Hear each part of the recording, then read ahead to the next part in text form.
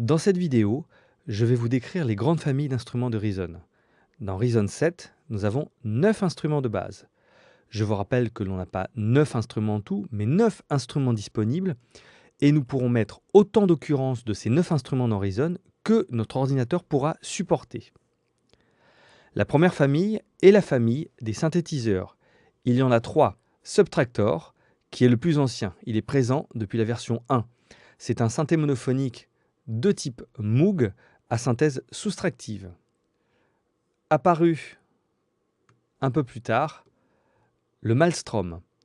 Il mélange deux types de synthèse. La synthèse granulaire, qui découpe une forme d'onde ou un sample en grains, et la synthèse à table d'onde. Le troisième synthé, c'est Thor, dont j'ouvre le programmeur. Thor est apparu avec la version 4. C'est un synthé semi-modulaire. Il est modulaire car on peut choisir entre 6 types de synthèse et 4 types de filtres. Le tout avec un routage qui est relativement libre, d'où l'expression semi-modulaire, pour se faire un synthé personnalisé. Il comprend également une matrice de modulation et un step sequencer. La seconde famille comporte deux éléments. La boîte à rythme ReDrum à base de samples. Elle accepte tout type de format, AIF, WAV, Rex 1 et 2, ainsi que les fichiers SoundFont 2. On peut bien sûr émettre tout type de fichiers et pas seulement des fichiers de batterie. C'est aussi l'un des plus vieux modules de Reason puisqu'il est présent depuis la version 1.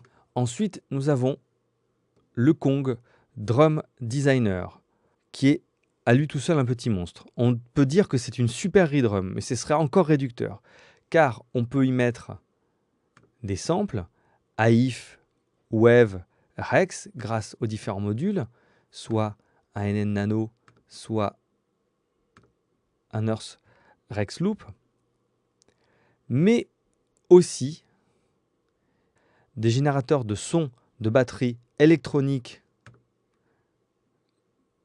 comme ici, voilà pour la grosse caisse Charlet, la caisse claire, ou bien des instruments physiques, le tout à base de modulation. Nous pouvons aussi introduire un certain nombre d'effets, soit par module, ou bien sur les différents bus de Kong. Donc c'est vraiment un monstre de programmation.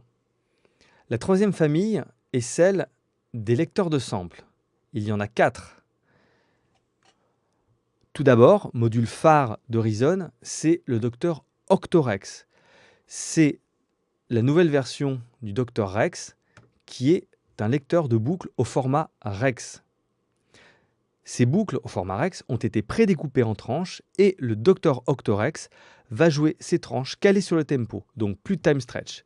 De plus, on va pouvoir remonter ces tranches dans n'importe quel ordre pour créer de nouvelles boucles, le tout avec une simplicité désarmante. Ce Dr Octorex, en fait, est la mise à jour du Dr Rex dans le sens où on peut mettre jusqu'à 8 boucles à l'intérieur d'un seul et même module.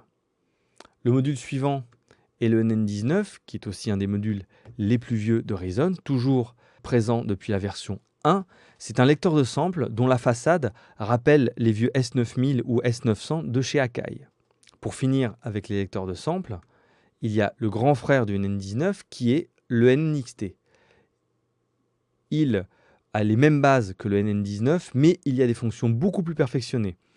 Il accepte les banques au format SoundFont 2 et à tous ces lecteurs de samples a été ajoutée depuis la version 5 la fonction de sampling, c'est-à-dire que l'on peut y enregistrer de l'audio, ce qui en font de véritables sampleurs. Voilà, je referme mon NNXT. Pour terminer la famille des instruments de Reason, nous avons un module instrumental ID8 qui est un module de son généraliste, donc qui est très pratique dans un certain nombre de cas. Vous voyez, il y a 4 familles d'instruments. Par exemple, je choisis Upright, c'est pour le piano. Et après, je descends les différents patchs. Donc c'est assez pratique. C'est un petit module généraliste qui peut servir dans bien des cas. Depuis Reason 6, avec l'ouverture au Rack Extension, nous ne sommes plus limités à 9 instruments. En fait, selon les fabricants, il y a tout un tas d'instruments que nous pouvons acheter sur le shop en ligne de Propellerhead. Ici, par exemple, j'ai les 3 pianos et synthés proposés par Propellerhead, ainsi que par des éditeurs tiers. Si nous allons sur le site en ligne, en fait, il y a 14 ou 15 instruments supplémentaires proposés à la vente dans tous les styles et par un certain nombre d'éditeurs. Pour finir, grosse nouveauté de Reason 7, en fait, il y a un 10e instrument, c'est l'instrument MIDI externe. Eh bien, tout simplement, dans Reason 7, nous allons pouvoir jouer d'autres instruments externes à Reason, hardware ou software, comme nous le verrons, grâce à l'External MIDI Instrument, l'instrument MIDI externe, qui peut envoyer du MIDI en dehors de Reason.